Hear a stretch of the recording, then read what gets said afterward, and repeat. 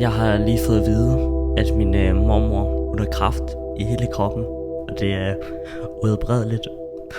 Og hun har nok højst sandsynligt kun 3-9 måneder tilbage at leve i. Min mormor har altid været den af mine bedste forældre, der har betydet mest for mig. Vi tog tit på ture, spillede kort, og hun lavede mig altid min livret. Derfor tror jeg også, at det faldt mig ret naturligt at begynde at dokumentere hendes kræftforløb. Her talte vi om hendes sygdom, men mest af alt om, hvordan den påvirkede både hende og mig. Heldigvis gik det hele faktisk ret godt i hendes forløb, og hun fik en operation, der forhåbentlig kunne sikre hende nogle år endnu. Men kun 6 måneder efter operationen vendte det hele desværre lige pludselig, og hun blev erklæret terminal. Jeg kan huske, at jeg talte i telefon med hende lige efter. Hun var ikke klar til at dø.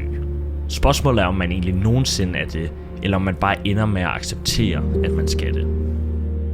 Nogle uger efter den samtale, der døde hun desværre.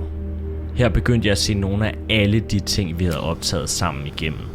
Og nu 4 måneder efter, har jeg sammensat det hele til en 13 minutter lang YouTube-video, der dokumenterer hele hendes forløb fra start til slut. Jeg håber, at du kunne have lyst til at tage den et kig.